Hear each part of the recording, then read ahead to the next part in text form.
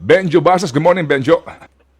Yes, Mano Ted, good morning po. And Ma'am Chacha, magandang umaga po. O sige, nagsimula na daw ho yung konsultasyon. Kayo ba'y naging bahagi nito?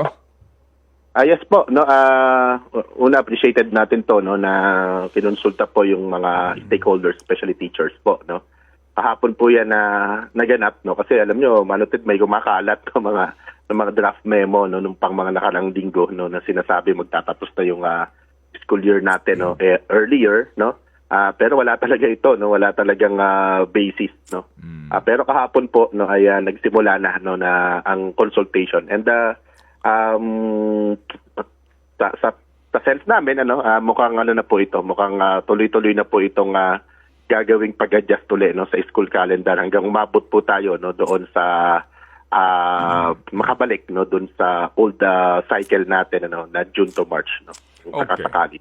O sige. So, Benjo, paano mo nasabi na mukhang tuloy-tuloy na ito na hindi naman to drastic, no? Meron ding transition period?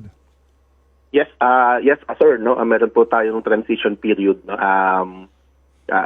Kung matatandaan po ninyo, na pag-usapan na rin naman natin ito dati, no. Yung kumbaga yung sagot ng DepEd, no, ay parang hindi po natin matansya, no. But of course, no, there was a response, no, from the DepEd, no, na binanggit nila na pag-aaralan. Merong sinabi na kailangan natin ng 5 school years, no, para makabalik, no, sa June. Pero ngayon po mukhang hindi ganoon, ano, hindi aabot ng ganoon kahaba. In fact, kahapon po, no, if I may share, no, doon sa naging consultation with the stakeholders, no, at mukhang may commitment naman, hindi lang naman ito simpleng kwentuhan. Commitment ng DepEd ay sisikapin, ano, na by school year 2025 ay babalik tayo sa June. Bagamat hindi naman yung dati, no, kasi ang ginagawa natin dati talagang first week ng June, no, perhaps mga third week or even ang mga latter part po ng June 2025, no, ay babalik po tayo. Okay, sige. Yung school year na ito, 2023, 2024, sa public school magtatapos on May 31. Yes, sir. Yes, sir. Okay, As agregatan po. Okay, May 31. Ito yung official sa DepEd. Yung ibang mga eskwelahan, pribado man, may mga kaunting pagkakaiba dyan. But definitely ho, ang public school, May 31. So, bakasyon na kayo, no? At mag-enrollment ulit. Kailan ang target na opening ng 2024-2025 school year? Mano Ted, just to clarify, no, ito pong May 31, ito yung adjusted, ito yung ilalabas, pero wala pa po ito, no, hindi pa po ito. Hindi pa official. Okay. Opo. Sige, pero sige. ito kasi yung pinag-usapan kahapon, pinagkasunduan, ano po, no? Sige.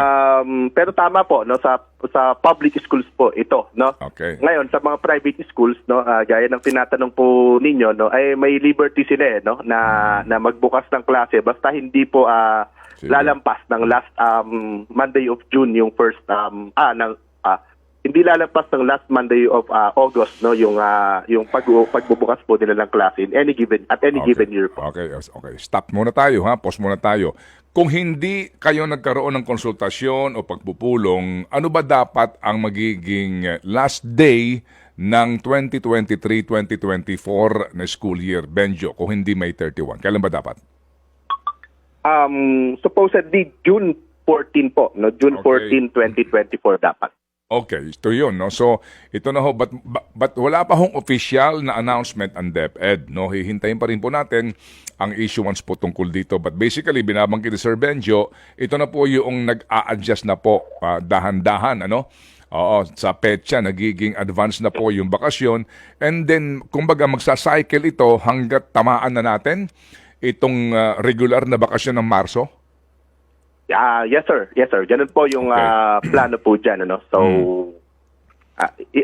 that's the response of the DepEd po, doon sa clamor din. Sinabi naman nila yan, no?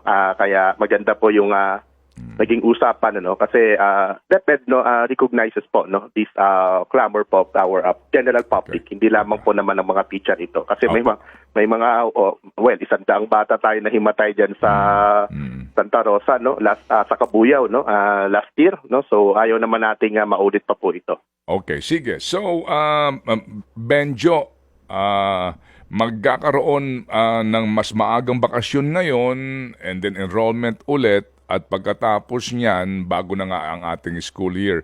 But so far, ang tingin ninyo, matutuloy na ito na pagbabalik inot-inot dito nga sa bakasyon sa panahon ng March, April, May, and June ulit ang magiging pasukan. Ganun yon?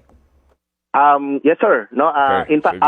actually ang bakasyon po natin na Abril, Mayo, no. So yung June to March yun po yung school cycle po, no.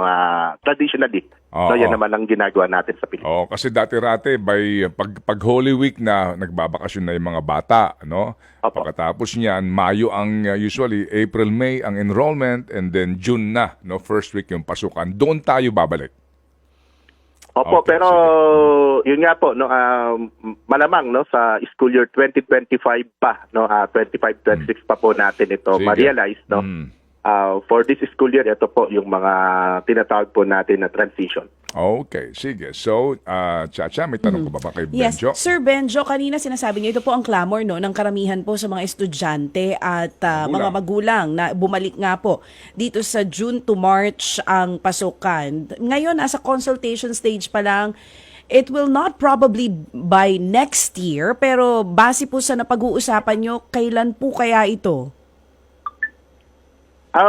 Next school year po, 2024-2025, medyo makukuha po natin yung June na yung July. No? So, by next school year po ulit, 2025-2026. Okay. So the target Opo. date para po maibalik sa dating pasukan yung June to March will be 2025 to 2026. Yes, ma'am.